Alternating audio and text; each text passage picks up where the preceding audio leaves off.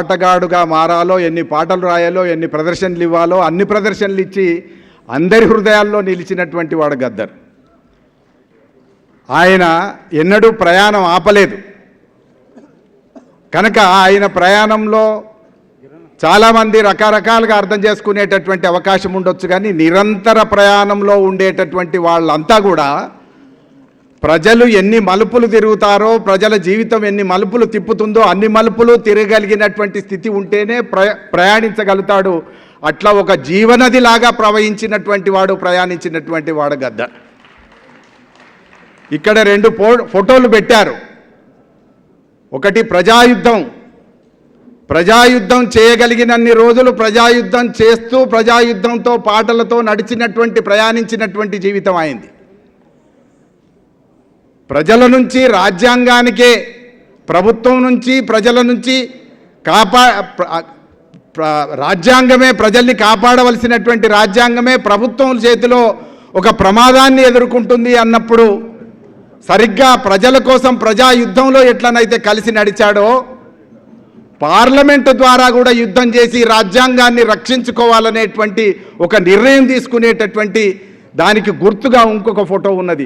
ఈ రెండు ప్రయాణాలకు ప్రతినిధి అయినటువంటి వాడు గద్దర్. తను పాటను విడిచిపెట్టలేదు, ప్రయాణం విడిచిపెట్టలేదు, ప్రజల్ని విడిచిపెట్టలేదు.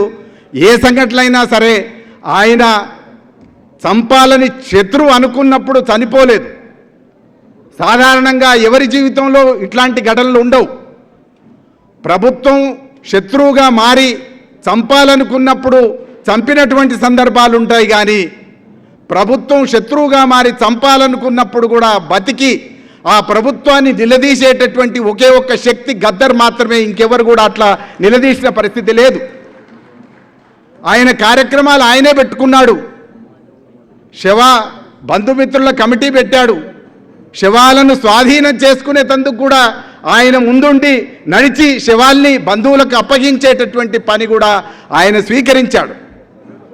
శవాల్ని మాత్రమే కాదు, నాకు బాగా గుర్తుంది, భువనగిరిలో బెల్లి లలిత అనేటువంటి ఒక గాయని తెలంగాణ అన్నందుకు ఆనాడు ఉండేటటువంటి ప్రభుత్వం కావచ్చు లేదా ప్రభుత్వ గుండాలు కావచ్చు, వాళ్ళు ఆమెను 16 ముక్కల కింద నరికినప్పుడు ఎవరు కూడా భువనగిరి వైపు చూడడానికి భయపడుతున్నప్పుడు ఒక గద్దర్ లాంటి ధైర్యవంతుడు మాత్రమే భువనగిరికి వచ్చి, భువనగిరిలో అది ఏ ప్రాంతం అనేటువంటిది కూడా చూడకుండా ఎక్కడెక్కడైతే ఆమె ఆనవాళ్ళు ఉంటాయో అని చెప్పి అనుకున్నటువంటి బాయిలో కావచ్చు, అక్కడ ఉండేటటువంటి మసీదులో కావచ్చు, లేదా అక్కడ ఉండేటటువంటి ఎక్కడ ఏవైనా సరే అవి మొత్తం ధైర్యంగా ఆనాడున్న పరిస్థితులలో ఆయన వెంట నడవడానికి కూడా చాలామంది ఇబ్బంది పడినటువంటి పరిస్థితి ఉంటే గద్దర్ మాత్రమే ముందు నిలిచి ఆ బాయిలో నీళ్ళన్నీ తోడి బెల్లిలలిత అవయవ ముక్కల్ని, ఆ సంచుల్ని బయటకు తీసినటువంటి మహాధైర్యశాలి. ఆయన మహాగాయకుడు మాత్రమే కాదు, మహా ఉద్యమకారుడు మాత్రమే కాదు, మహాధైర్యశాలి. అట్లా నిలబడి ఆనాడు బెల్లిలలితను, ఆమె కథను ఏమేం జరిగింది అనేటువంటి బయటికి తీసుకొచ్చాడు. అట్లా ఎంతోమంది గుండెల్లో నిలిచినటువంటి వాడు గద్దర్, ఎంతోమందిని చేరుకున్నటువంటి వాడు గద్దర్. ఇవాళ ఆటోలో నేను వస్తూ మాటల్లో ఫోన్లో అన్నాను ఎవరితోనో, అంటే సార్ గద్దర్దా సార్, గద్దర్ అంత మంచివాడు ప్రపంచంలో ఎవడు లేడు సార్ అని చెప్పి ఆటో ఆయన అన్నాడు. ఇంతమందికి చేరగలిగినటువంటి శక్తి ఒక కళాకారుడికి, ఒక ఉద్యమకారుడికి ఉండడం అనేటువంటిది చాలా అరుదు. అట్లాంటి గద్దర్కు ఇవాళ చాలా అద్భుతమైనటువంటి నివాళి జరుగుతున్నది. ఆయన శత్రువు అనుకున్న నాడు చనిపోలేదు.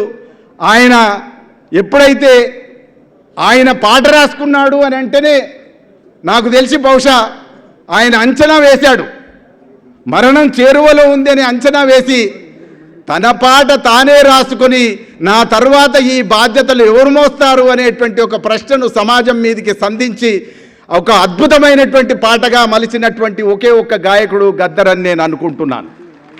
అందుకని అట్లాంటి పాట రాసుకొని ఆనాడు మనమంతా చూసాం. చనిపోయిన తర్వాత ఆ పాట ఎల్లెడలా మోగింది, అన్ని టీవీ ఛానళ్ళల్లో వచ్చినాయి, అందరి హృదయాల్లో నిండింది. అశేష జనవాహిని ఎల్బీ స్టేడియం దాకా నడిచి వచ్చారు.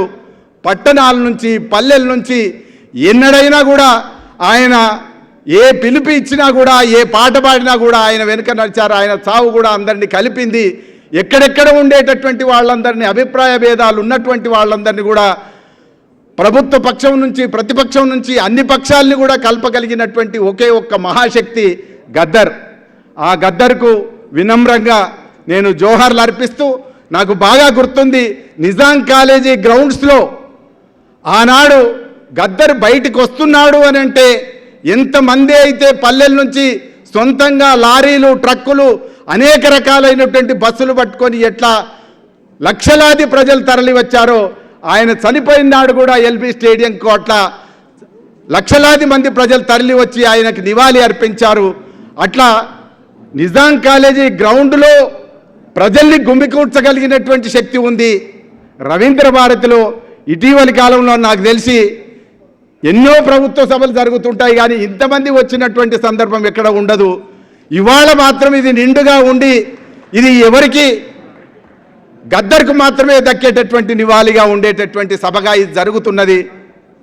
ఇవాళ ఈ స్ఫూర్తి కొనసాగాలని కోరుకుంటూ, గద్దర్ మెమోరియల్ ఫౌండేషన్ ఏదైతే ఏర్పాటు చేశారో అది నిరంతరమైనటువంటి కార్యక్రమాలు చేయాలి. సూర్యం దానికి సరి అయినటువంటి మార్గ నిర్దేశకుడుగా ఉంటాడు. అదే సమయంలో ఆయన వెంబటి గద్దర్ పట్ల ప్రేమ ఉన్నటువంటి వాళ్ళందరూ కూడా తనతో కలిసి వస్తారు. మనమందరం ఇవాళ ఎట్లనైతే కలిసినామో, ఆయన చావు దగ్గర ఎన్ని భేదాలన్నీ పక్కకు పెట్టి కలిసినామో, మనం తప్పనిసరిగా గద్దర్ ప్రయాణంలో, గద్దర్ ప్రజలకు చేరుకునేటటువంటి ప్రయాణంలో మనమందరం తమ తమ భేదాలు, తరతమ భేదాలన్నీ విడిచిపెట్టి ఇలాగే నడవాలని కోరుకుంటూ, గద్దర్ జిందాబాద్, గద్దర్ అమర్ హై.